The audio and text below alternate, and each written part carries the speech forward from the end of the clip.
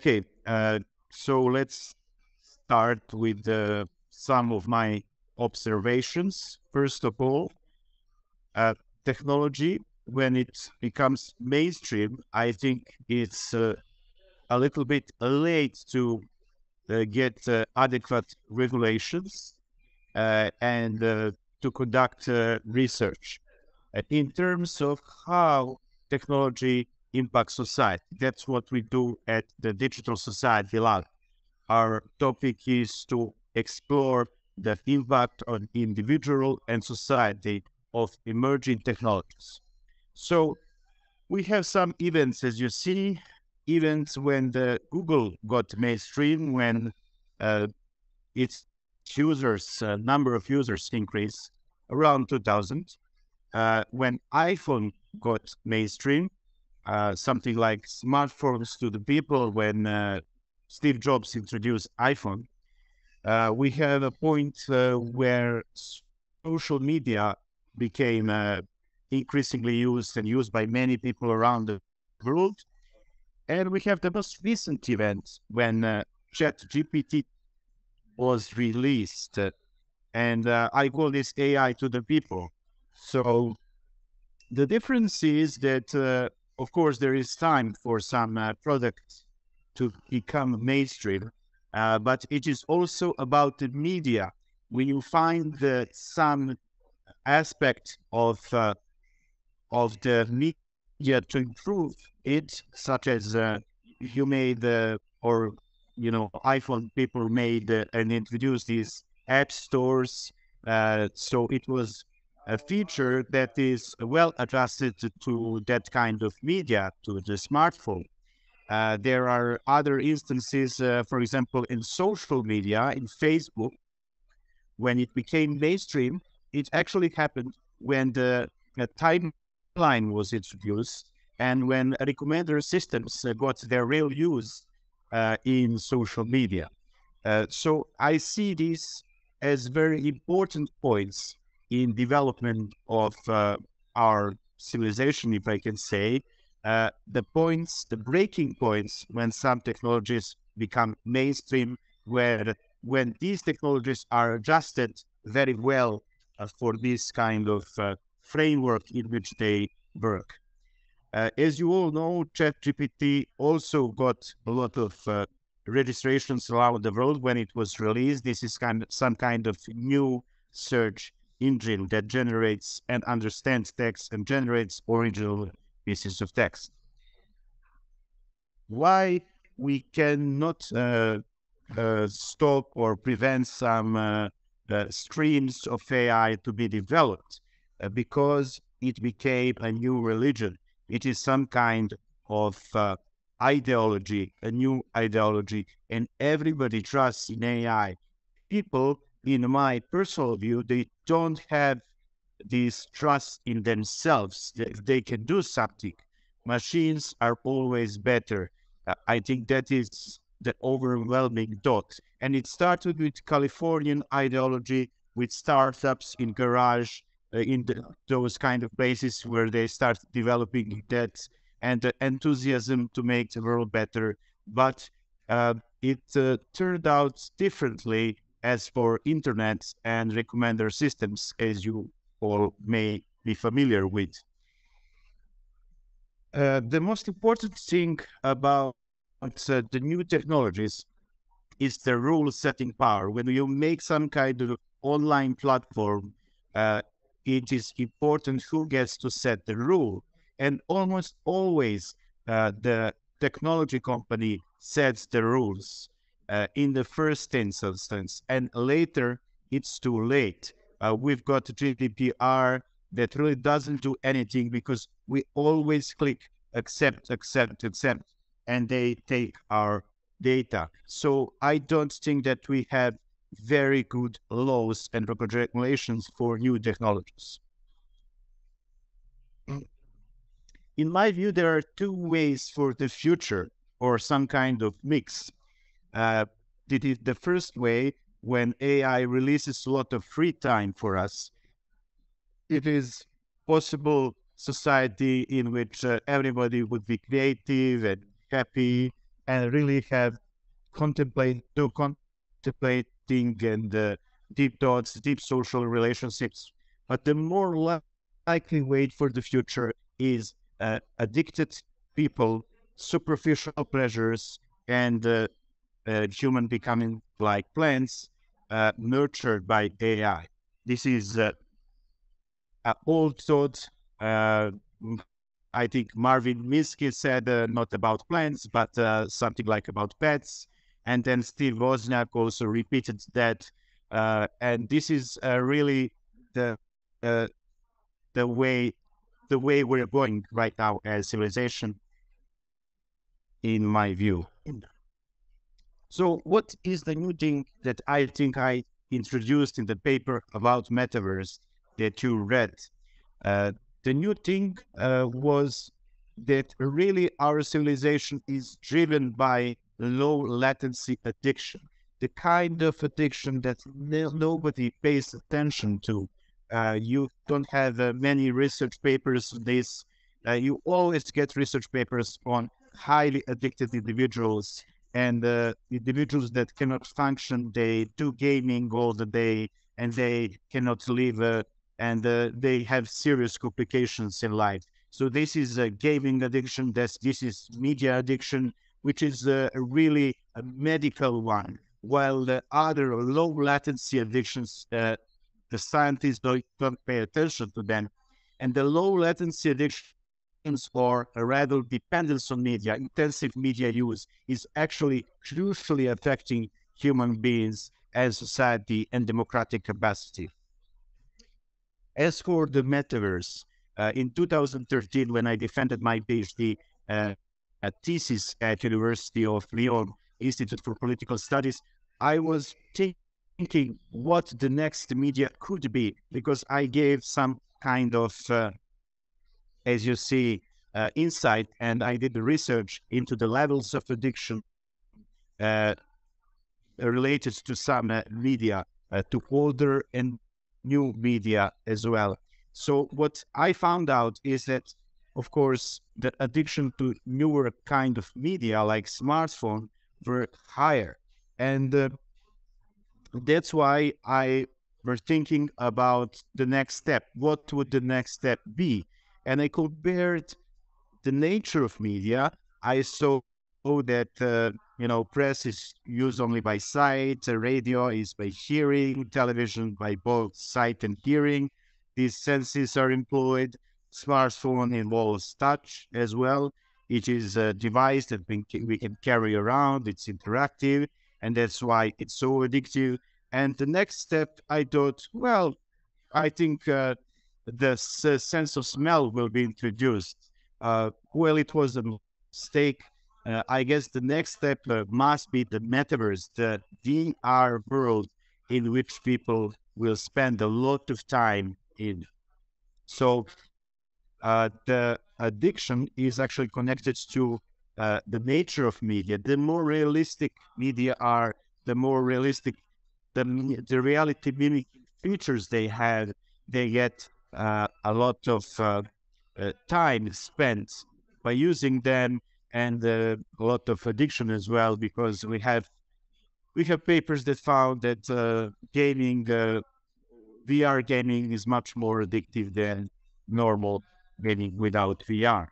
So as for the metaverse, as you all probably know, it's about immersive environment where you are inside the experience with the VR glasses. It offers better socializing. It's the way to attract people to these kind of services. The same thing that Facebook did with the classic social media network. It offers new markets of NFTs, the world of tokens, the world of sensors. These new terms really describe how it will look like. It will feature the copy. As you can see down there, there are steps that are envisioned for development of metaverse, and you see the one first step where this is divided, these virtual and physical worlds, and the second step in which these worlds are closer together. They they're really there is part of Metaverse which is copy of the real world, and at the bottom point, the phase 3 is about really not knowing what comes from the virtual reality, what comes from the indirect reality. So it is really the way in which I think civilization is progressing, that what we created creates us, or not creates, but affects us in a crucial way. So uh, we don't continue to be creators in this classical way, because we're affected by what we have created through our history. Okay, so this is the search engine engram, one way to see how events from the recent past affect the present is actually analyzing these data that indicates that after some media event, presentation, or something else that happened, some kind of public happening, after that you had the increase in some parameter. As you can see here, after the Mark Zuckerberg speech, the term Metaverse has been very prominent in terms of search results. Many people have been searching this term. Also, the orange point indicates the speech of Mark Zuckerberg. There is a notable increase in NFT sales after this speech. Well, it's not possible to connect these two.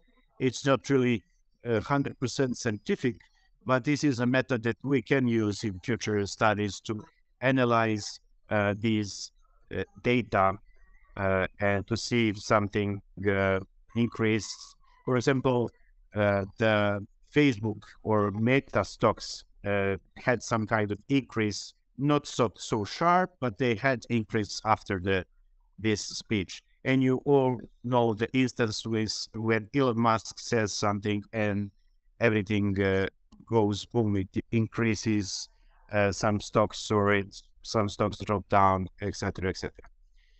So it sounds really realistic that this kind of speeches and media events affect in the reality. And the another thing is also interesting NFT term in terms of search engines. Actually, this is stats from Google. You see there is an increase and then it drops at some point. Okay, so the second technology is GPT-3, the family of language models that can be used by developers, but also now they made this search engine, something like that. And we had many people register over past weeks and months and use this. And it looks really amazing. It's AI to the people moment. When AI, it looks as if understands what we ask it, and it can generate original text, as I already said. So this is what we found. We assessed GPT-3, not exactly ChatGPT, but DaVinci, one of the language models that can be used by developers. And we asked a bunch of questions with the psychologists that we have on board. So we really did throughout psychological testing of GPT-3. We were inspired by a Google engineer who was put on the leave after saying that chatbot became conscious. Blake Lemon, I'm not sure if I'm reading his name well, but the results reveal that the GPT was superior to average humans on cognitive intelligence tests. On the other hand, logical reasoning, emotional intelligence are equal to those of average human examinee. Additionally, GPT-3's self-assessments, so the thing is that we tried to also ask the GPT-3 what he thinks or she thinks or whatever about cognitive abilities, about intelligence of himself or herself, and to compare that with what humans thinks about themselves. So we found this kind of irrationality there that that was expressed by GPT-3. Also, when we assessed the intelligence, we found higher values than humans, than average humans, expressed by these kind of traits: communal management, agreeableness, altruism, honesty, extroversion, and consciousness. So we also had below the mean averages for athletic management, metabolism, and psychopathy. So, but the real thing which is important, so what we try to find is that GPT-3 shows some kind of consciousness, and we assessed it that way. So here are some results and some comparisons. So we will send this paper in the following days. And this is for personality and cognitive intelligence, as you can see. And now we'll just let's listen into the, I don't know if we're getting this. Let me try to share this short few sentences. Enter screen on the blank share audio system.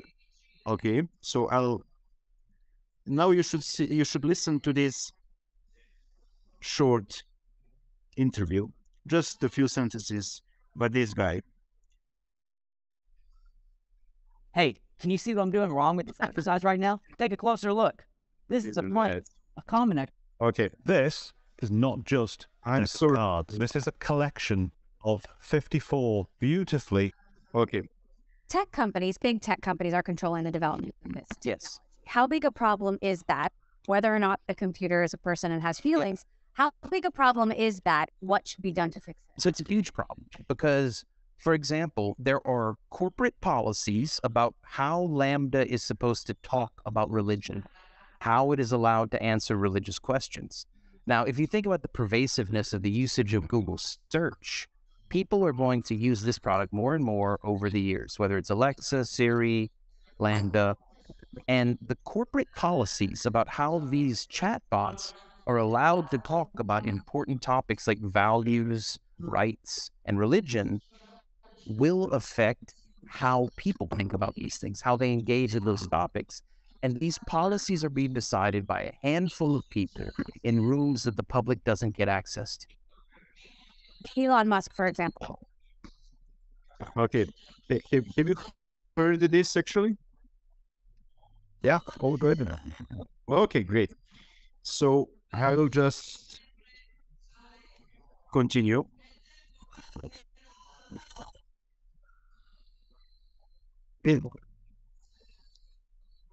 So, okay, let's return to this.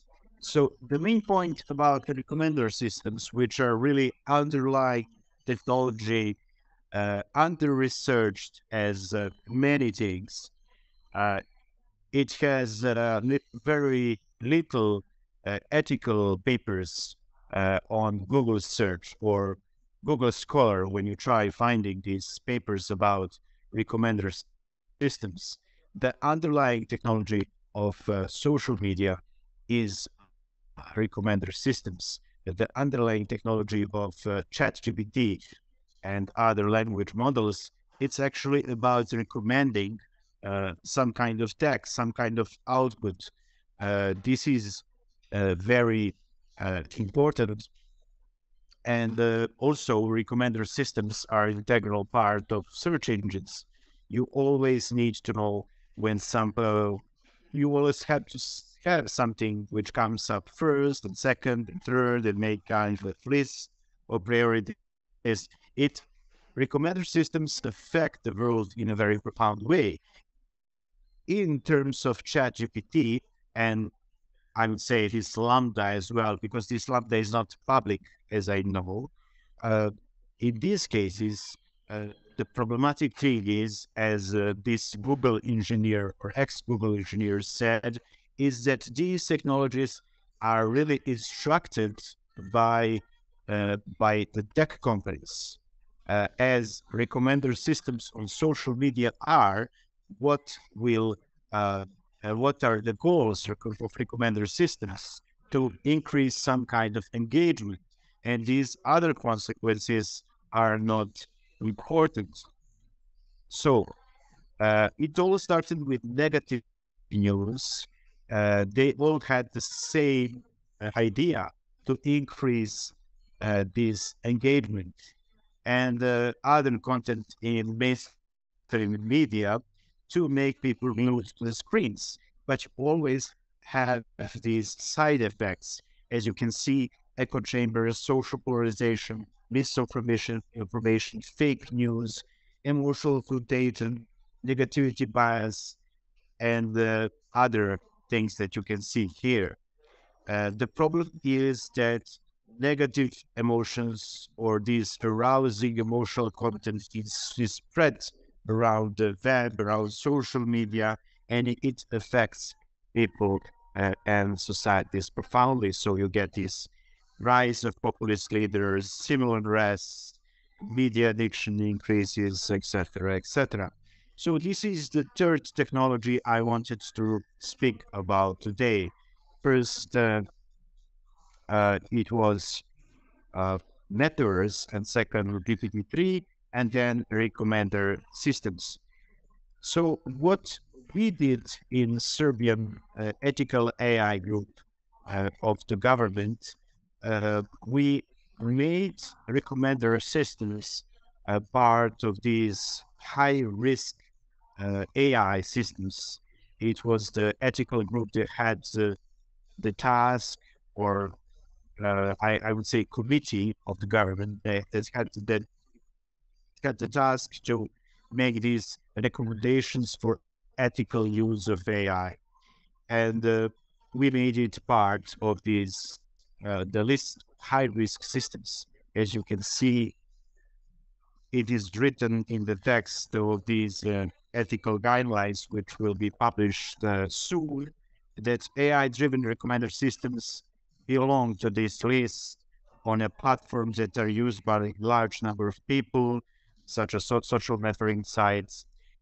Based on digital footprints and defined goals, they make decisions about which content is presented to an individual or a group, which can affect attention, desires, opinions, creativity, imagination, feelings, decisions, and activities. At the level of society, recommender systems can contribute to the creation of echo chambers, polarization around important social issues, and in the final instance, that can affect democratic capacity. So another slide that I presented previously, these are some findings.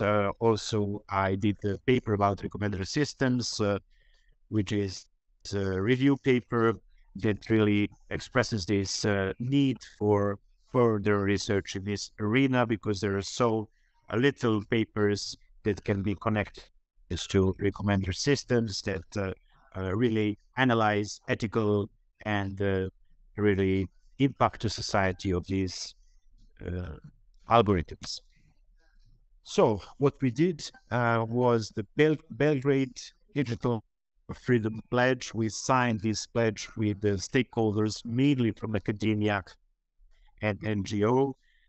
These are people from the Institute for Artificial Intelligence, Sapienza University of Rome, and Center for Advanced Studies in Southeast Europe, University of Rijeka, Serbian AI Society, Share Foundation, Data Science Conference, etc., etc.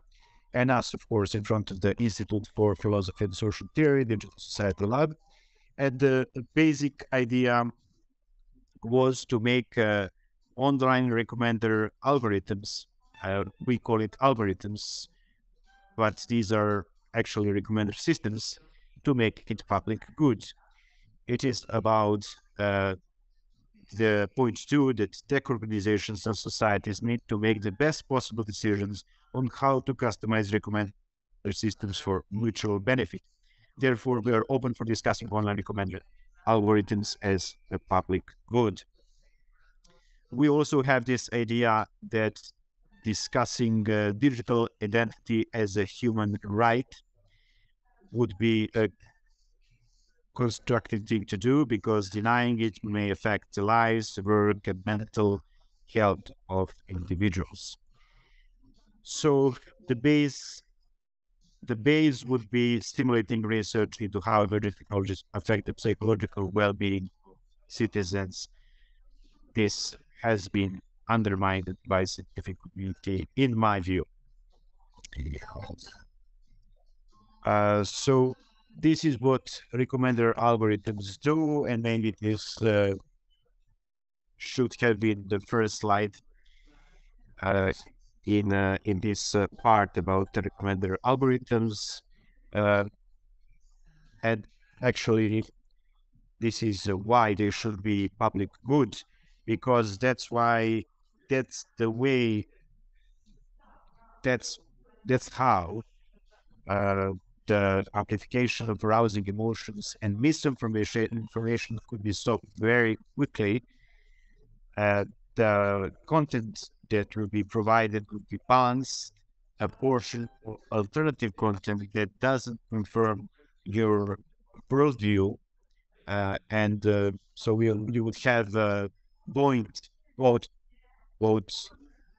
points of view, and bring a realistic aspect to the content that is provided online. Because what online media really are, they are copies of our direct social realities, and they should be connected to our reality.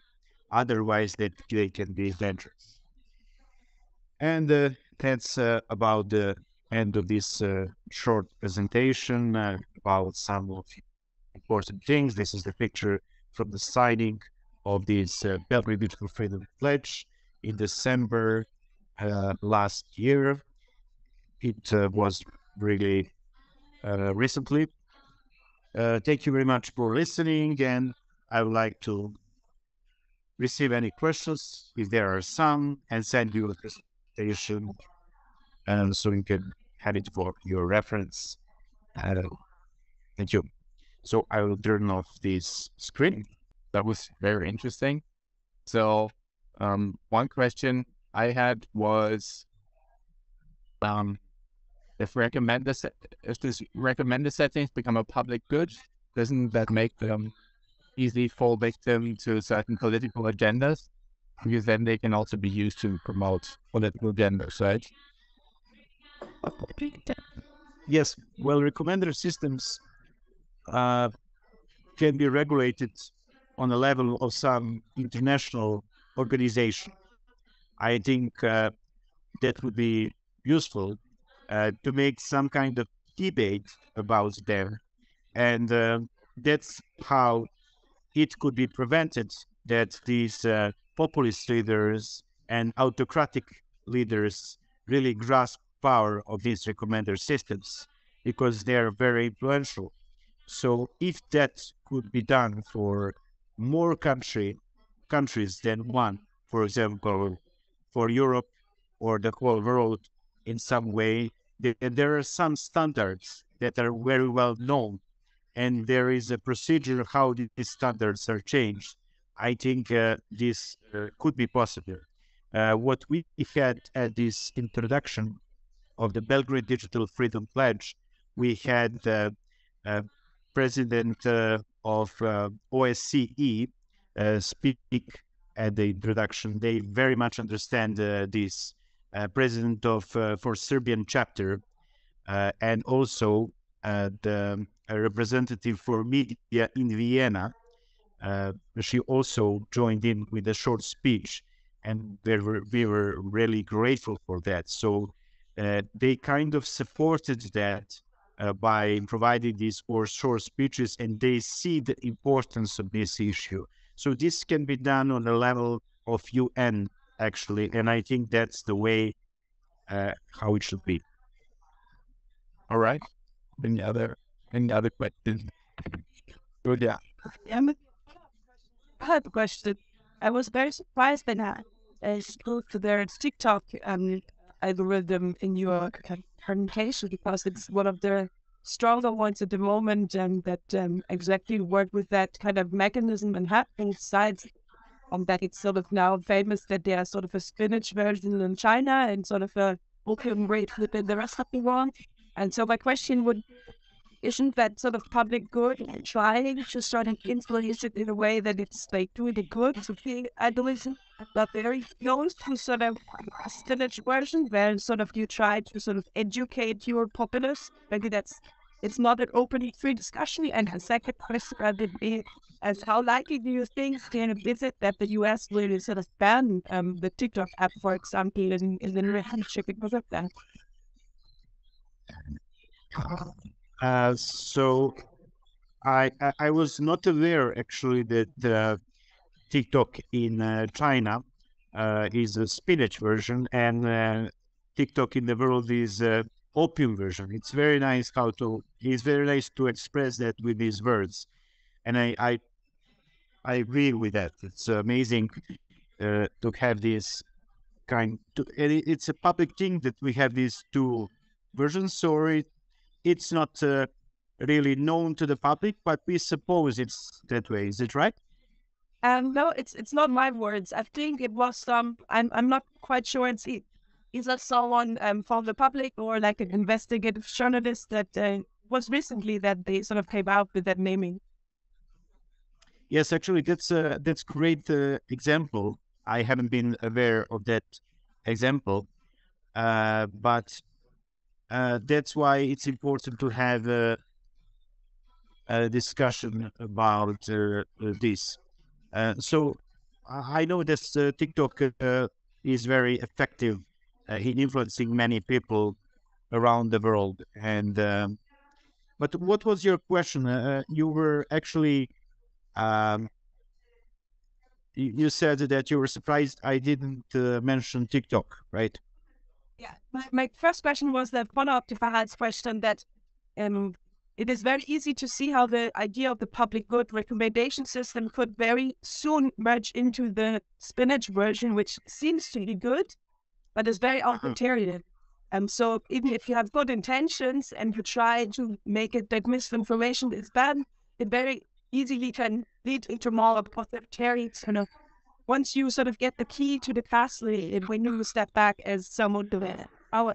And the second question was, the US is talking about banning TikTok because of that, and how likely to think that is that something big like that, the culturally influential, can just be banned in the future. Why do they really want to buy it? What are their arguments to ban TikTok?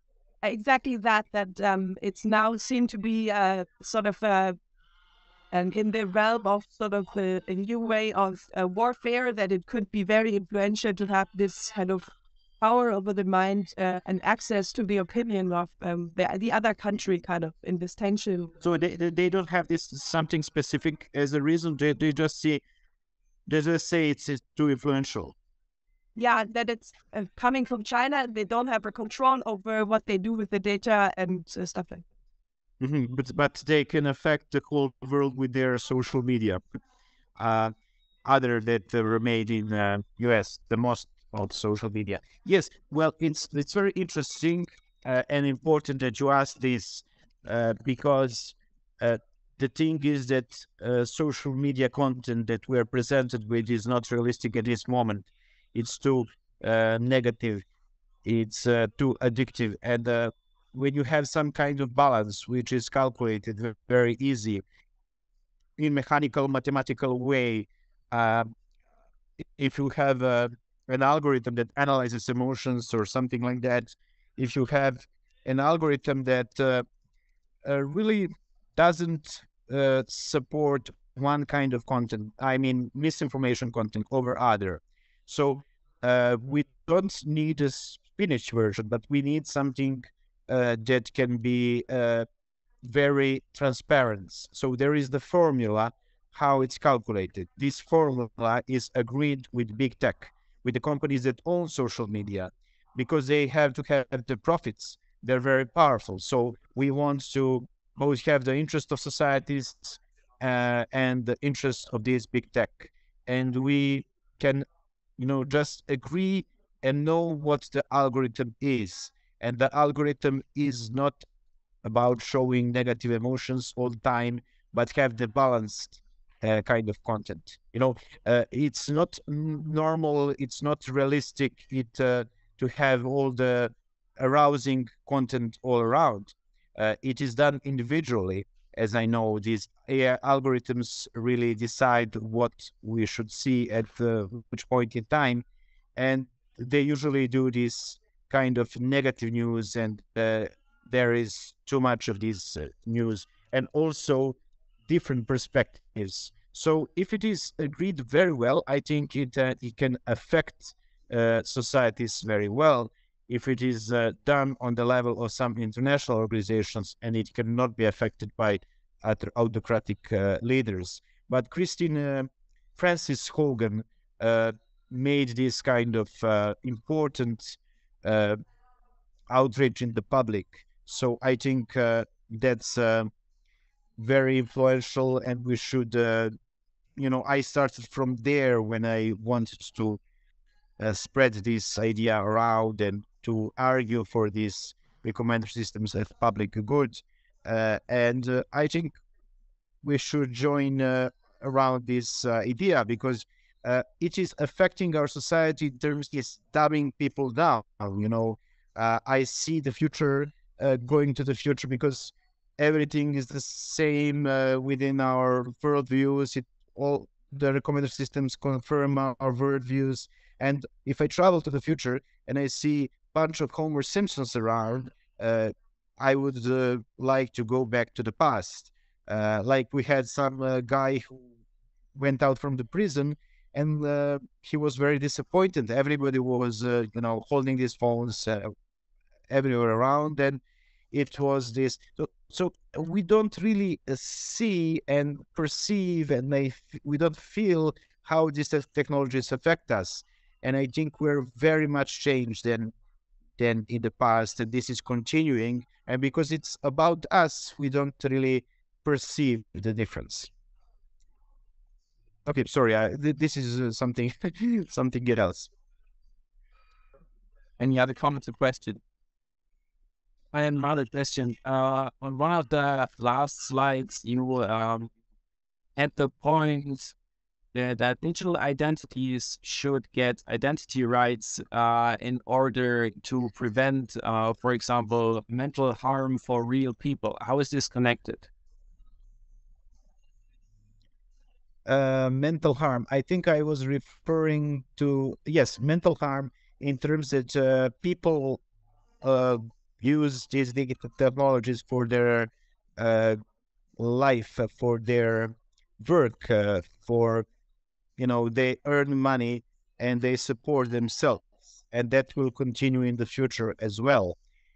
So if someone is kicked out from the social media or some kind of network, some kind of platform, and that person cannot continue using that platform, then it can produce very significant mental harm to that person. I am sure there are many cases of that around the world. Maybe some of these cases have been measured, maybe not. But this is the thing, that technology company should not decide about whether somebody will be kicked out or banned or something like that. This should be also established on the level of an international organization. At least that's my opinion, and not technology companies. They have too much power in today's world. Thank you for that question. And one else. Okay. Ljubisa, thank you very much. It was great having you here today. Thank you.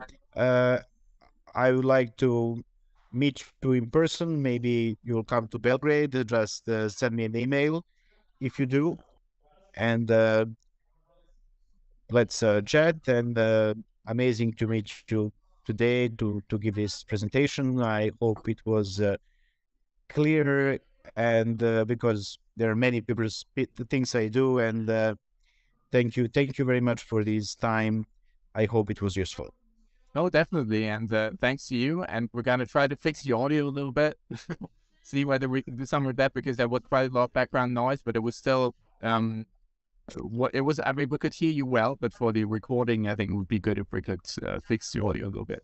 But yeah, we'll let you know once we progress with that. All right. Okay. So yes, thank you. Have a good time hiking, and all right. Okay. See you. Bye. Hope to meet you sometime. Bye bye. Have a great day.